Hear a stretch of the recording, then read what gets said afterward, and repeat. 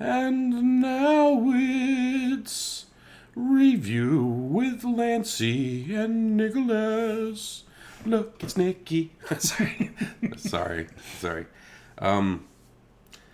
Welcome to another edition of Old School or New School with Nick and Lance. And Lancey, apparently. Lancey, yeah. Well, I mean, you know. You need 2 syllables. Yeah, it's you have to stretch it out. So we decided this week, if you haven't picked up on what I've been putting down at the beginning. And also what we have in the front here. Yep. We decided to do the 1968, The Producers, and the 2005, The Producers. It was high time that we did this one because... I think you were chomping at the bits for it. Yes. And we were trying to figure out how to do it, and then it just dawned on me. I was like, hey, what The Producers is a remake. So I think like last week or whatever, you're just kind of on the porch humming Springtime for a particular person that YouTube doesn't like. Right. That guy. Yeah, and then it kind of dawned on us because we've been kind of struggling to find stuff that's not horror.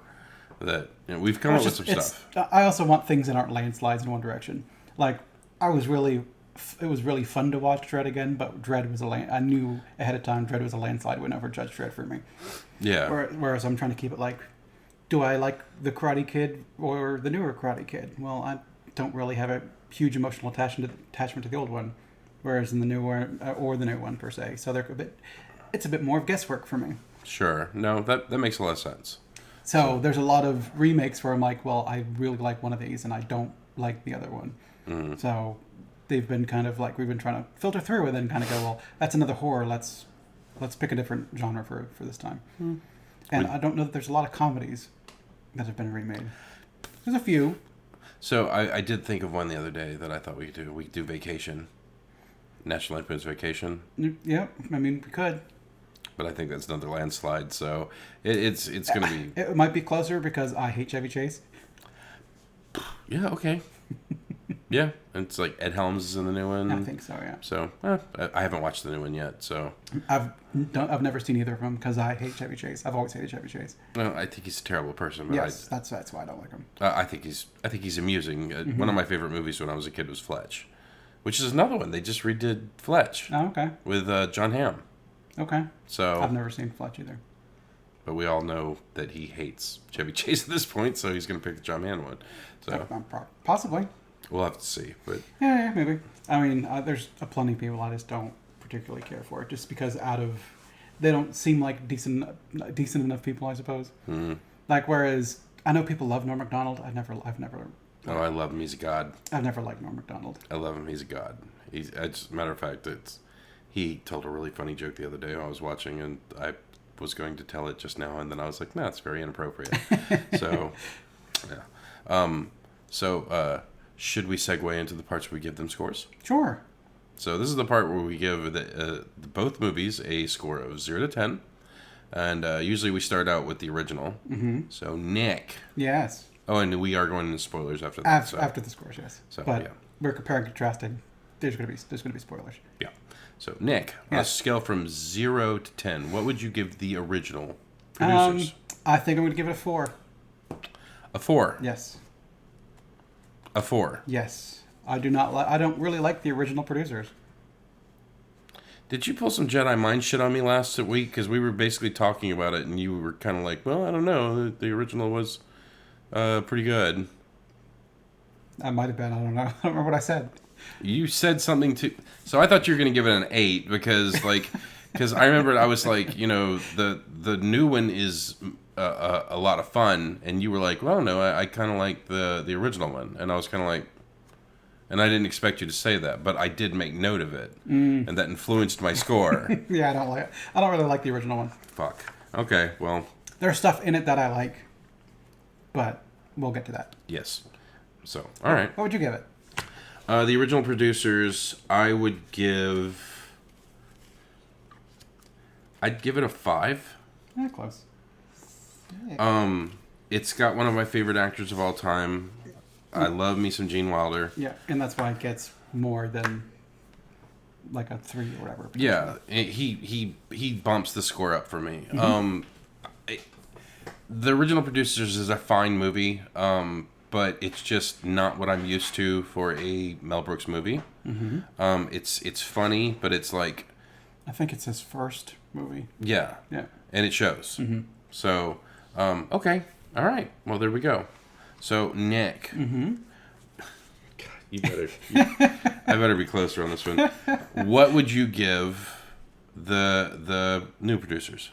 I will give the 2005 producers a 6. 6? Okay.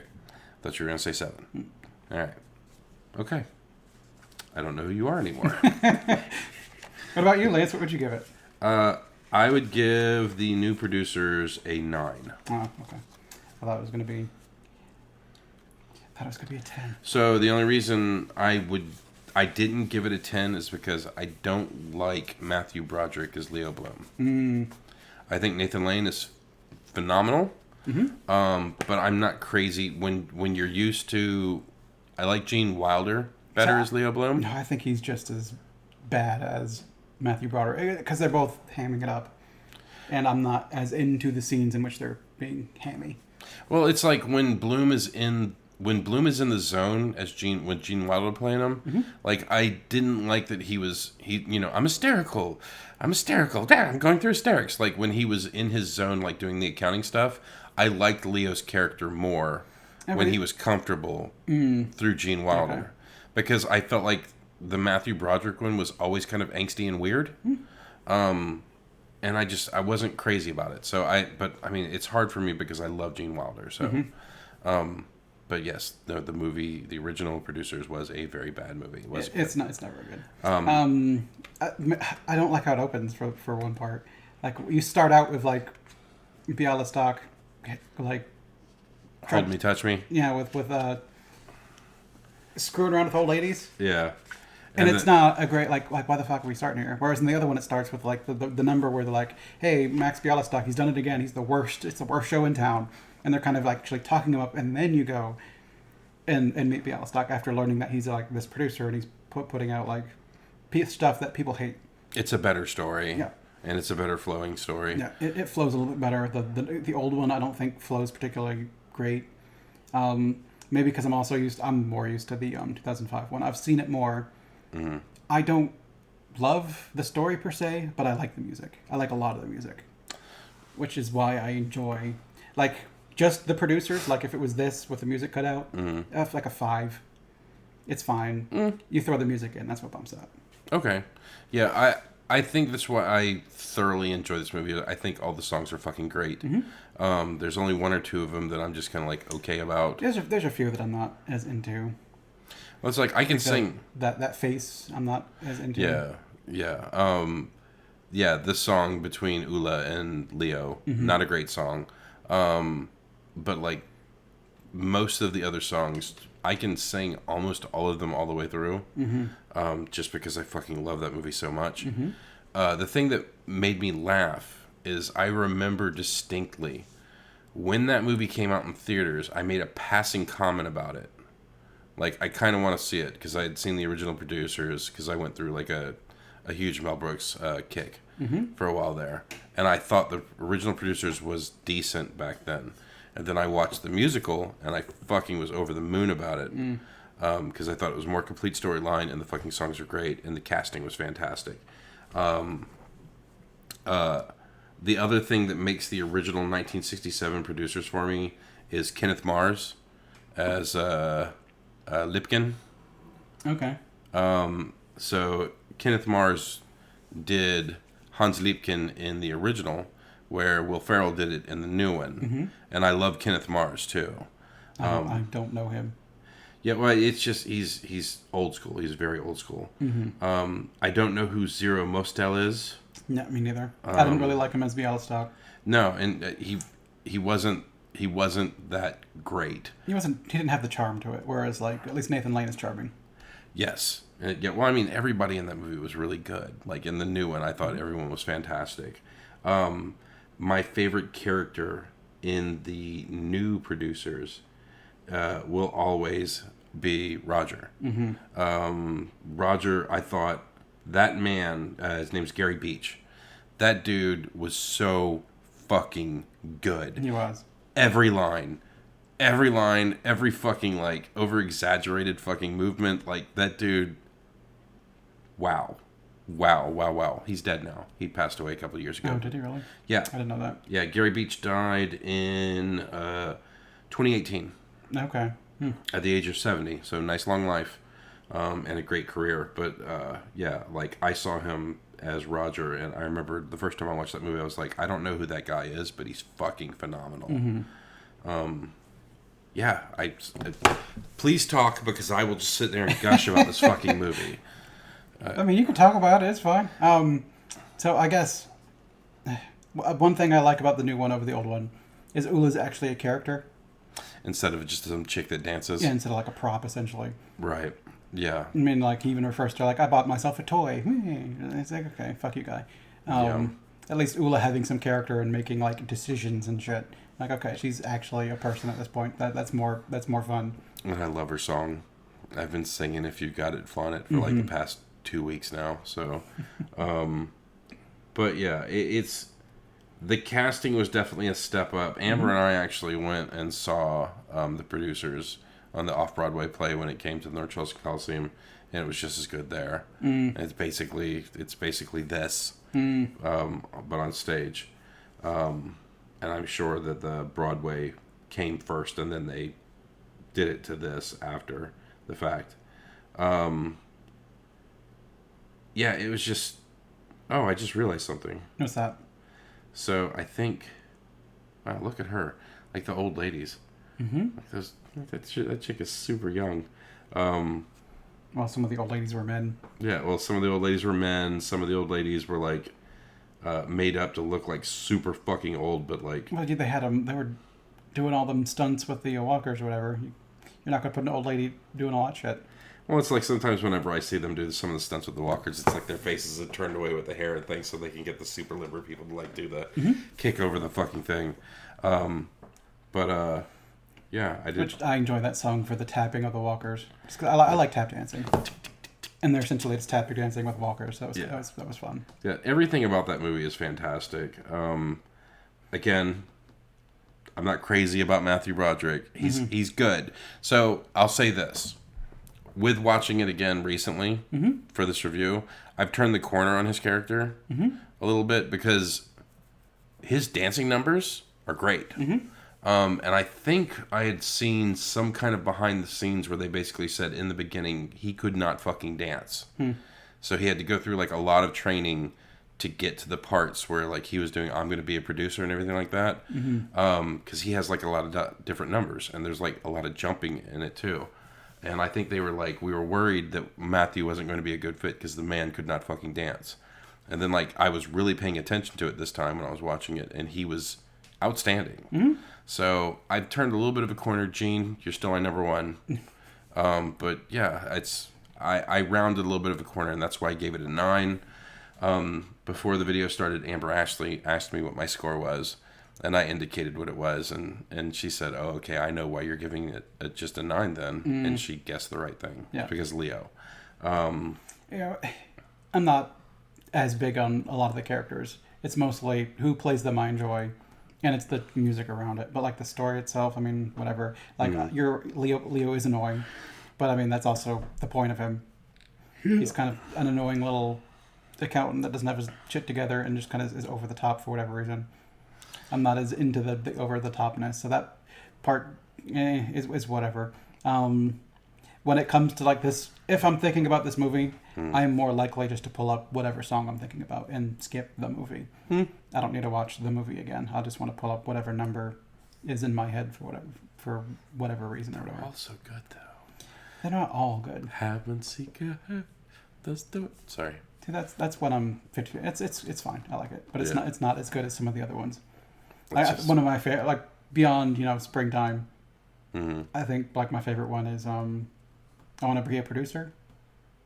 That's a good one. I like that one. Well, I just like that because the unhappy. Yeah, that's what unhappy, very unhappy. Like, and the way they're doing the. Yeah. Yeah, that whole thing was fantastic. My favorite song in that is probably Other Than Springtime. Yeah, because that one's hard to top. Yeah. They're all so good. Like there's like to me like almost all of the songs are fantastic. I would have to say Keep It Gay. Yeah, I love that song. But I just love Roger Bart, and I love Roger Bart, who played Carmen Gia, and Gary Beach, who played Roger. The entire time, every single time they're on fucking camera, they steal the show. Yeah, they're good. But yeah, that's. I like their chemistry too. Like when Roger makes a joke, whatever, they both are giddy over or whatever. It's fun. Oh, how about you go get it? Oh, wicked witch of the west. Yeah, it's just they're just fantastic. That's supposed to be the Grand Duchess Anastasia, but I think I look more like the Chrysler Building. Yeah, that part, it just has me in hysterics every single time.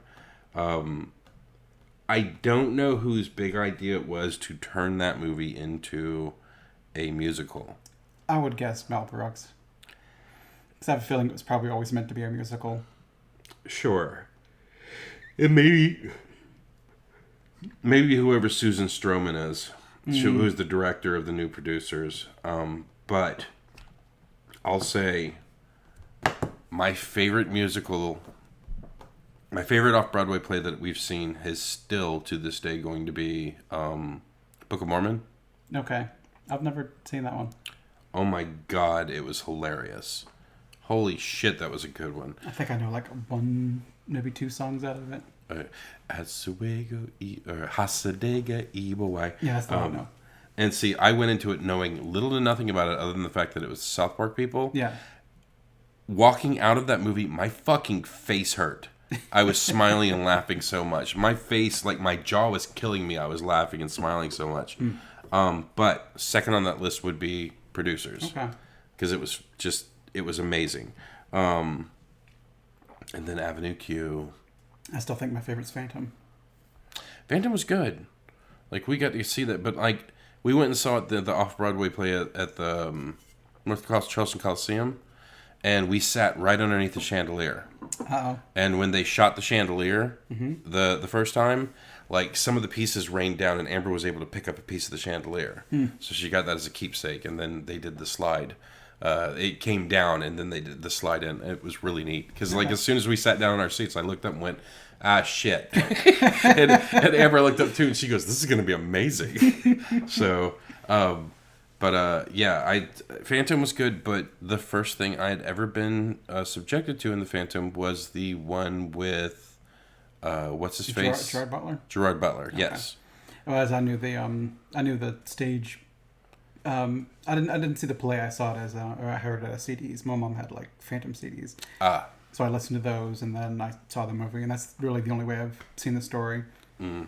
So I don't really go to the theater per se, especially it's not really a whole lot of them around here per se. Well, it's that I'm like aware of, I guess.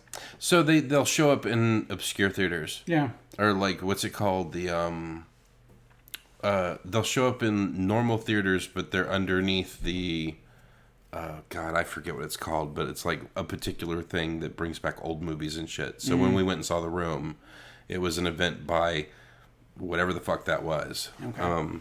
So I mean, I've never really heard of them around here. I'm not gonna go to New York to see a Broadway play. I don't give a shit like that much. Yeah.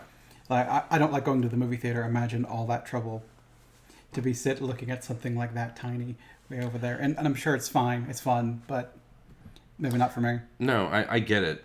We've been fortunate enough to not sit up in the nosebleeds on most of the stuff we've seen. I'm not talking like first 5 rows, but like we've at least been like 10 rows back from something on most of the plays we've gotten, just because we've gotten tickets early. And we paid dearly for some of them, but like I was not a Broadway play person. It was not something that I saw Cats on PBS one time when I was in my 20s, and I was like, okay, that's interesting, but I wasn't over the moon about it.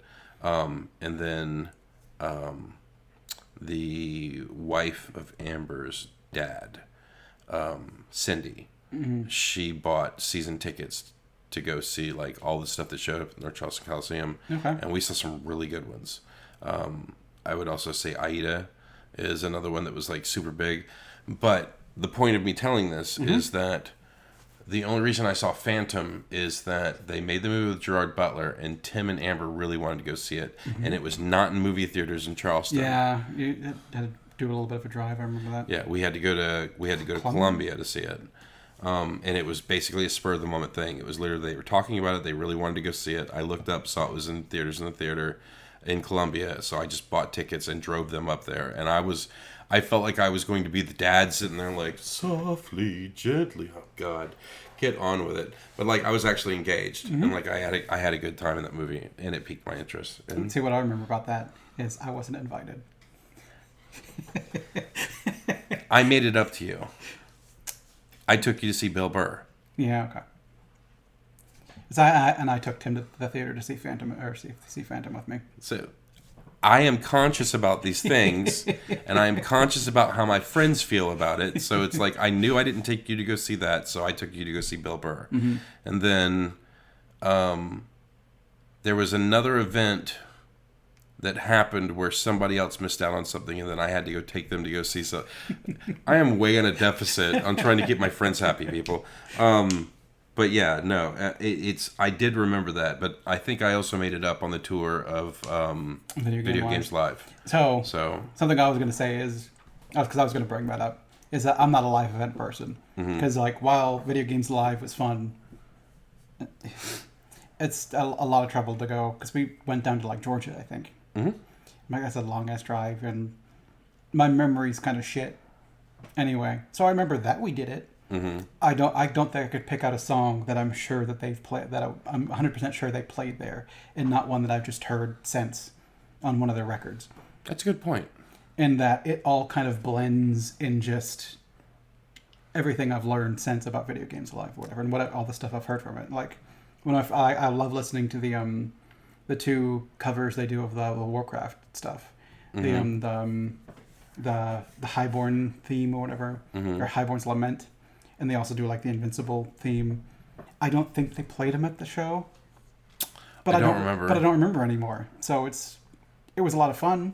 I'm glad that I got to go to that event with you, but I don't remember it, which is why I tend not to put stock in live. Like, why I'd rather not buy that. I'd rather like buy a movie or something like that. Something where when I forget what the experience is like, because I'm gonna forget it, I can throw it in again and like re-experience it. So you know what? It's funny. I get that 100% because my memory is dog shit too. What I do remember from the biggest thing I remembered about that was they did the Civ. Okay.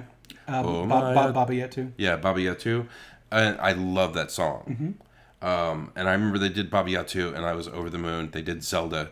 Because like it started off real slow, where they were doing the dun, dun, dun, dun, dun, dun, dun, dun. And I remembered being very charged in that theater when they did that, because it was. I mean, how often do you get to see a full fucking orchestral like play video game fucking music? And I know the entire time these people are like, I've gone to Juilliard and I'm playing fucking Mario Brothers. Like I get it. But yeah, I remember being very charged for that theater for that experience. But now that you say it, we bought the CDs, and those are what left in my memory because they got replayed more. Once generally isn't enough for me. Like I need to repeat a thing in order for it to take. Sure, no, I get that.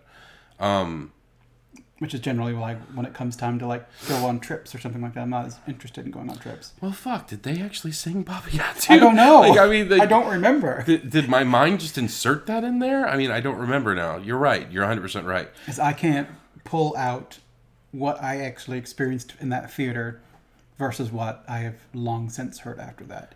They're married in my brain as Video Games Live, and now I can't pull out the experience of it. So the things I remember are like us driving, us going to like I think we went to a McDonald's or something, like all the things we did separate from the show. I don't remember what they played. So generally when it comes to like musicals and stuff, I've not heard many of them. I've heard the ones they've made movies of. Right. Like I think my favorite's Phantom. My second favorite's probably Chicago. I've not seen a whole bunch of them. I like the Rent music, but the Rent as a story is awful. Everyone has AIDS. I hate those people. They're such awful people, except Yeah. for except for a couple of them. The thing that makes me mad about Rent is that Manny wants them to do one thing. Just get her to back off this show. Mm-hmm. And it's like, if I was Manny, I'd have been like, let her do the show. Because she's terrible. Her fucking poetry is dog shit. It's not going to change anyone's mind. Just let her do the fucking show. She'll bury this place on her own. He asked them to do one thing, and they were like, oh, fucking Manny's got a job now, and he's too good, blah, blah, blah. And he was just like, I've been letting you live here rent-free. You got electricity, you got all this other shit. It's been free for years, and I've asked you to do one thing for me. And he was suddenly the bad guy. Yeah. And I fucking hated that. Yeah, I think the only thing that makes him bad is later. Is he dating Mimi? He was married. Yeah, it's hard to tell. It's weird. I don't know. I think it's just because Mimi's so flirty. No, it's that story's kind of a mess. Well, yeah. And the one character they want you to feel sympathy for the most, I think Angel. Her opening song is about how she murdered a dog. She murdered a dog. Amber and I were talking about that too. It was like, I like Angel. Like, the song was Today for You, Tomorrow for Me. Yeah. And yeah, she's talked about basically killing a fucking dog for money. Yeah. Even though I think it was kind of accidental. She did something to make the dog like Jump out the window. Yeah. Yeah. But still, it's a song about how I've got all this money for us because I played a part in dog murder. I'm like, okay, I don't really like it. That's not a great introduction for you. And Roger, no, it's not Roger, it's Mark. Yeah. Seems to think that being poor is going to his art only has worth if you aren't making any money from it. Like, that's pretentious as fucking shit. Yeah. Yeah, and Roger trying to make the greatest fucking song in the world while judging people on things that he's doing himself. Yeah. Yeah, it's just... I remember... The music's so good. The people are so awful. Well, it's that one song that made it super... 5,000, 25... That one's good, but I really that like... song's really good. The one where Mimi and Roger sing. Mm-hmm. I can't remember what it is, but we just watched Producers, so those are the songs that are kind of taking over my head. Mimi and... so is that the... Let's Go Out Tonight. That. I wanna go out tonight. Yeah, that was a good song. Rosario Dawson fucking killed that. But Rosario Dawson. I don't think I've seen Rosario Dawson in anything and been like, why the fuck was she in this? She's great. That's a great point. Yeah, Rosario Dawson is excellent in everything she in. She got discovered? Mm-hmm. On a Porsche. That's fucked up. Driving by a Porsche, or someone driving by saw her out there and like, she looks great. That's fucked up. It kind of is. Tell us how that guy Weinsteined you. Because that just seems really weird, because I think she's like 12 or something like that. She was really young, and it's like, that's fucked up. But anyways, I think my favorite song in Rent was, I like La Vie Boheme. Yeah. Just because I just like, hey, mister. She's my sister. Yeah. I thought the part was good. But yeah, that is a terrible fucking play. It's bad. Yeah. And the only reason that you like Angel is because Tom Collins likes him. Mm-hmm. And fucking Tom Collins is the best character in the whole thing. Yeah. And he still reprograms ATMs to spit out money. Yeah, he's a fucking... He's not, Robin Hood. Yeah, he's not great either, but he's the best of them. Yes. Yeah, well, I mean, he's just... He is the best of them. And you get to meet him by him getting the shit kicked out of him. Yeah. So, Rent's bad. Anyways. Yeah, I'm not a fan. Whereas, like, the producers, again, that's like the story I'm not super into. Cause, I mean, at least... but it's got, like, a build to it. That, like, the concept of the story is fine.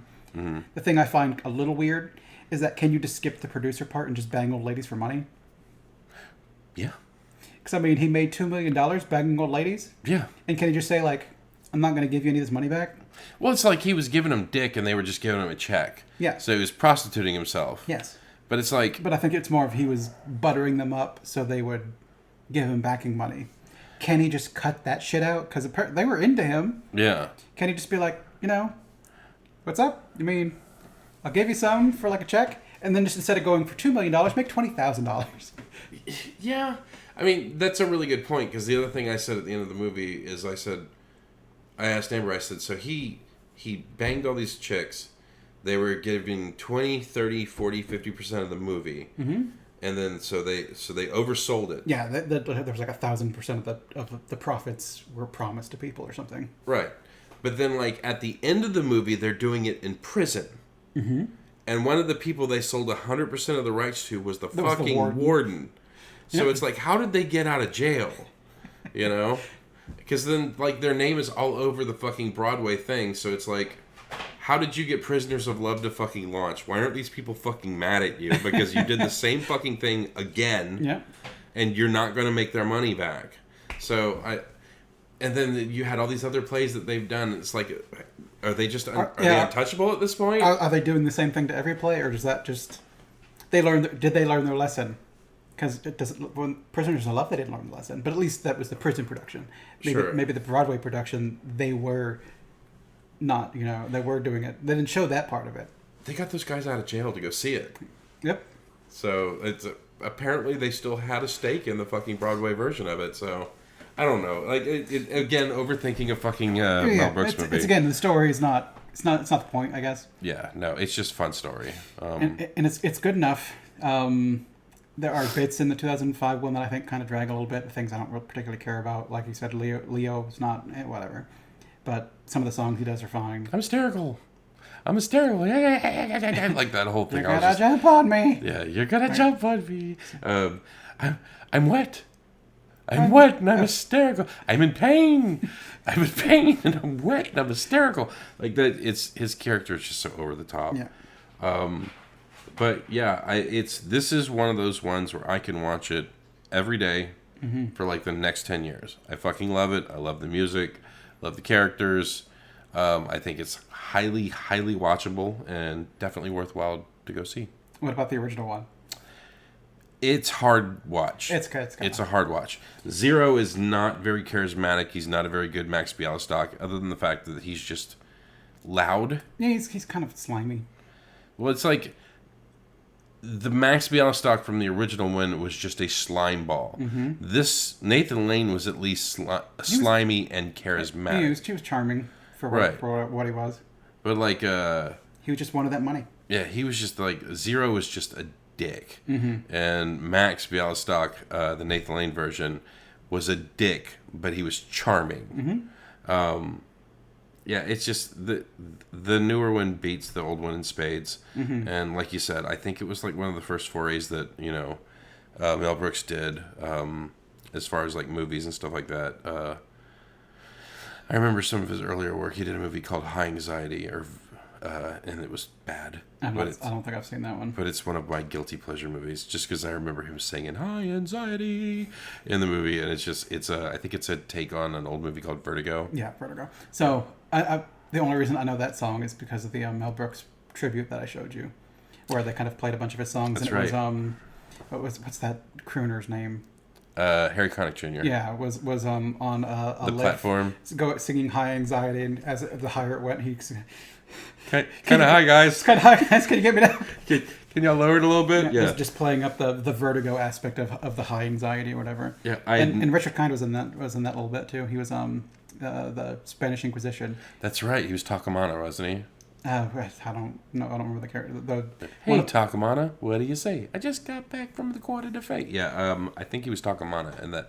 But that was incredible. Mm-hmm. Thank you for showing that to me, because I'd never known that was a thing. That's good. They just kind of strung together a bunch of Mel Brooks things for him when he's winning an award. I don't know. Is that what the Lifetime Achievement? Is that what those little awards are? I think so. The rainbow sashed with like the medallion or whatever. Honestly, I don't know. Yeah. Back whenever Obama was in office, because he was the one presiding for, I think it's the Lifetime Achievement Award. Oh, baby. Come on. Ow, ow, ow. Oh, claws. Oh, claws. Oh, the claws. Meow, meow, meow, meow. Oh, my gosh, the claws. All right. So do you want to give scores? Yeah, so, Nick. Yes. What do you think the original producers, the IMDb score is? Like a 6.2? 7.5. Okay. Yeah. 7.5. All right. All right. How about the new one? 6.5? 6.3. Yeah. Okay. I'm kind of surprised that the old one is Tomatoes. Thank you, Kat. Yeah, now she's just going to get up here and start destroying shit. Destroy. All right, let's just go ahead and lay these down since you seem to be somewhat obsessed with them. Okay, so Do they have tomato scores? yes, they do. So the original producers, what do you think the critics gave it on Rotten Tomatoes? I think we're gonna go 61. 91%. Jesus. 91%. Wow. What do you think the audience gave it? Guess we're gonna go like 85. Exactly on the button. Oh Jesus. 85%. Because originally I would have said like a low number, but after the 91, I gotta go higher. Yeah, than it that. really pulls you in another direction, right? Yeah. Okay, so the remake. What do you think the critics gave it? We're gonna go lower for this one. What's the other one? 91. We'll go 71. 51%. Okay. What do you think the audience gave it? 53. 63. Oh jeez. That boggles the mind. Like, what did they see that I didn't? Or are people going through and voting for the nostalgia Yeah. of? What is it about the old one that people 91% that they fucking love? It's fucking mind blowing, isn't it? Yeah, 'cause I just don't. I don't really like it. Yeah. Well, I mean, it's There's bits in it I like, but the bits in it that I like are also in the other producers, like the springtime little number or whatever. It's in the musical. but it's different. It is. It's truncated or whatever. You don't have him come out and start singing, which makes the newer one better. Well, 'Cause it's also Roger hamming it up is what makes that part funny. right. But in the original, it was just some fucking hippie that they got that's doing like a Yeah, which is the same ish impression that Robin Williams would do. yeah. That's sort of like, hey man, how's it going? Yeah, but like I'll say this: the guy who played LSD in the original one as you know who, he was very charming. Yep, he was good. And he was very good, and I think he was one of the better parts of Yeah. that movie. And something I enjoyed about the original was like during the springtime song, and it cuts to the audience and just mouths agape. But they do that in the new. I think it's done better than the old one, but they do it in the new one too. Well, in the new one, everyone's just frozen with like with just like what the hell voices, whereas in the other one it's that kind of over exaggerated mouth wide agape. right. Yeah, there's a lot to love with the older one, but it's just to me the storyline felt like it dragged, and I thought it was not as a complete of a story. Yeah, I don't think you got as many bits because you would meet up with a new person in the newer one, and you get a song and you get a chance to know them a little bit. Whereas they walk up and meet like the totally he was not part of the German party. What's his Liebken? Yeah, And then Hans Liebken. they meet up with him and it's kind of like, here, sign this, and there's a couple of jokes and they move on. Whereas in the newer one, it's here's my pigeons, and they build them up a little bit. Yeah, but Kenneth Mars was so good. Yeah, you meet with Roger, and it's not just like in the other one. They just kind of they have the guy at the front. Carmen Gia. And I think it's just his face looks funny in the old one. Like, look how made up or whatever his face looks. Right. Isn't that funny? Whereas in the new one, he's got like personality. He's holding his S's on yes. May I take your hats, your coats?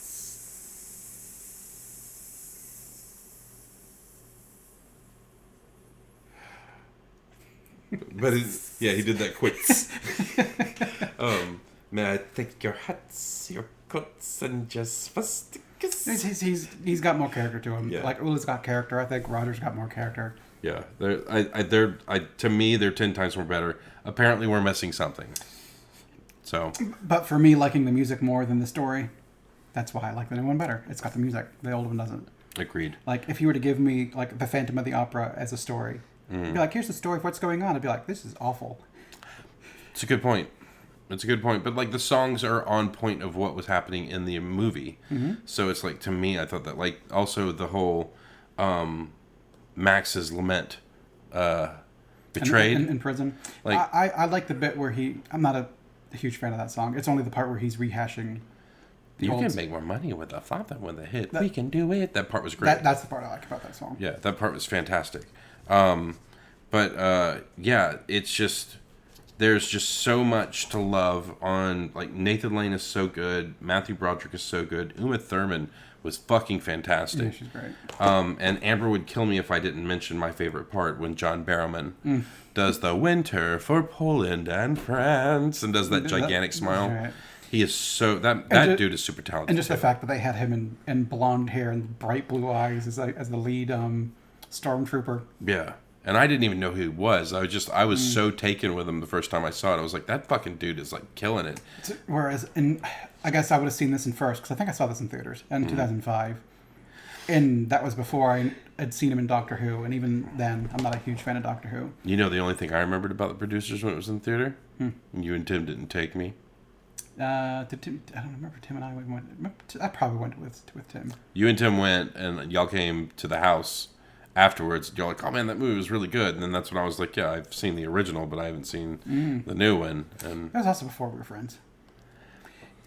Tim lived at your place. Yeah. And Amber lived at your place, and I knew them. I just had to get you back for the comment about the I know. about the Phantom of the Opera. Yeah.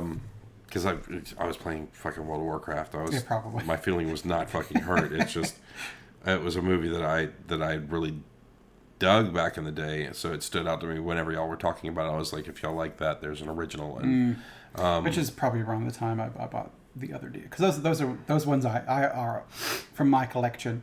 So I bought the 2005 one, watched it, and I generally would have no issue buying a DVD or Blu-ray of a movie I've never seen before, because I mean I like owning movies, and rather than go to the theater and maybe rent it or whatever, or go to like the Blockbuster and rent it or whatever, I'm like, let's buy it. It's Mel Brooks. In the very least, it's a Mel Brooks movie. So that's probably the second time I've watched that DVD. I watched it the first time. It's got a bonus feature because it's even got like a little Velcro thing that, like the cover opens up and it shows you like, check out all these special features. Like, what's going on with the leg right there? I don't know.